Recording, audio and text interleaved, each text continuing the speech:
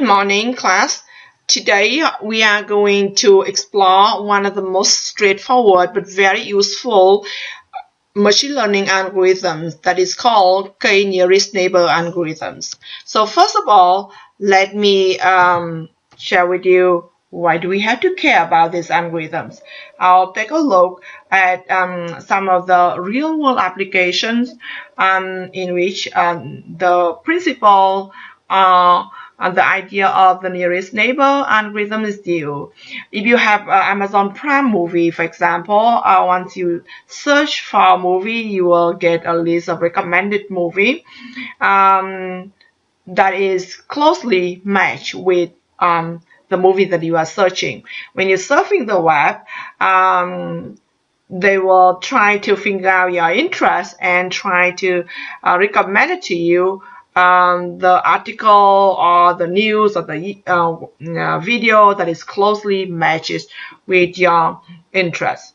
When you use emails, of course, you most of the emails applications now have equipped with the spam email filterings, and the spam emails filtering are basically filter your incoming emails to eliminate, identify first, eliminate.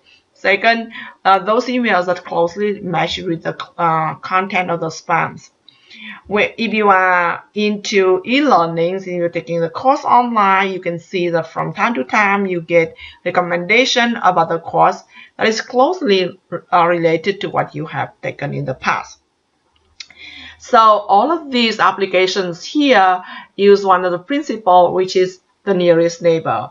And the k-nearest neighbor algorithms here we are learning now, even though it's very, very straightforward, give you that principle so that you can understand why the Prime movie is recommended the way it is, and so on. So the main component in a k-nearest neighbor algorithm include a set of features. For example, for the movie, it will be genre, actor, actress, the MPAA rating, and so on. Then we'll get compare in a comparator with libraries of, for example, movies or the course or the emails or the news article. Then we'll come up with a set of recommendations contain the closest match with the feature of your problems. So in short, k-nearest neighbor is non-parametric lazy learning, which is mean that it didn't store the models. It learned based on the set of features and the library. So it store all the available cases in the library and classify new case based on the similarity measure that is in comparator. So let me walk you through a very simple examples of the k-nearest neighbor classification. So suppose that we are dealing with spam filtering emails application. Now, suppose we have learned in the past there are some emails that we already know that is spams, and some email we already know that is not spam emails. Call it a good email. So from those, I plotted in here. I plot in here the in the x-axis the number of words in the emails. Y-axis is the number of the occurrence of the word "sir," "madam," which is the indicator of spam emails. So we have a numbers of observation in the past of the good and the spam, and I can translate into these tables. For example, point A here has that email has 100 words, and out of which 10 words are either "sir" or "madam," and we already know that is a spam. But the B point here represent an email that have 200 words, out of which only 5 are "sir," "madam," and that is good emails. So now let's assuming that we have a new email coming in, and we call it M. It has 200 words and it has 10 so madams, and we don't know whether it's good or it's spam. So what we have to do here is that we have to compute the distance between the new emails M with all of the existing observed emails that we already classified, which means we have to compute the distance from M to A, M to B, M to C, M to E, and so on. Now, having plotted it in a two-dimensional space is easier for us because we can borrow some of the mathematical distance function, such as the Euclidean distance function, in order to compute that distance. So I just, for simplicity purposes, I just use the Euclidean distance, and it is the square root of the difference between the x-axis values square plus the y-axis value square.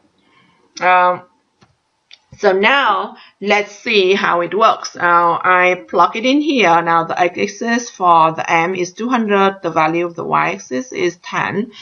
So I plug it in every single number there and I compute the distance. So after that, I have to classify, right, whether M is a good or M is a spam. So if k equal n equal 1, I have to identify one rows in here with the smallest distance, and this is the second rows. The second row has distance 5, which actually corresponding with the point B here, and that would be the classified that would use it for classify the M as a good email because the class that B represent is a good. Now, if k equal 3, we can identify 3 points, which is A, B, and E, have the closest distance, the sorted distance to M. So now we have to use some of the voting scheme because we have three closest neighbor, three nearest neighbor, three neighbors. Three nearest neighbors. The first one say it is spam, the second one say it's good, the third one say it is spam. So there are 2 spam, 1 good. Final verdict would be spam. Similarly, for k equal 5, we identify 5 neighbors. Out of those 5 neighbors, 3 of them are labeled as spam, classified as spam, and then 2 classified as good. So the final verdict is spam. I would like to talk a little bit about the voting because it's pretty important in the k-nearest neighbor algorithms. The voting that I just used in this example is called majority voting, in which all the votes are equals, and we count how many neighbors that have that class and return the class with the highest vote, with the most vote. You can see that there's some problems with this because you can see that all the distance from the neighbors to the new instance are not exactly equals. Some are closer. For example, B is so much closer than, let's say, E.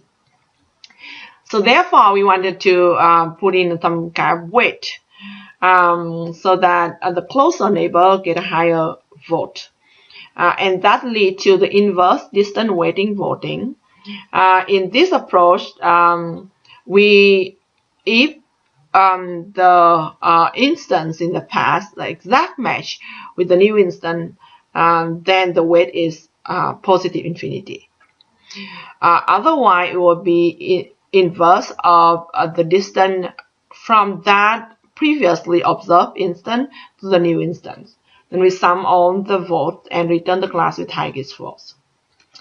So in summaries, the KNN is conceptually very simple, and principle for this algorithms you can solve a complex problem. You can work with relatively little information, and the learning is very simple. Effective in terms of the memories and CPU cost, effective in terms of implementation. I will leave you with a simple practice in a game. So let's say here in a game, and imagine that the grid is the positions of what the creature that reside in a game space, and the shaded square here represent the friends, and the unshaded square is represent the enemy. And we have two creatures, A and B, label A and B, and we want to classify whether A is enemy or friend, B or whether is enemy or friends. And we use the 3 nearest neighbor and 5 nearest neighbor algorithms. That's it. Have fun to practice.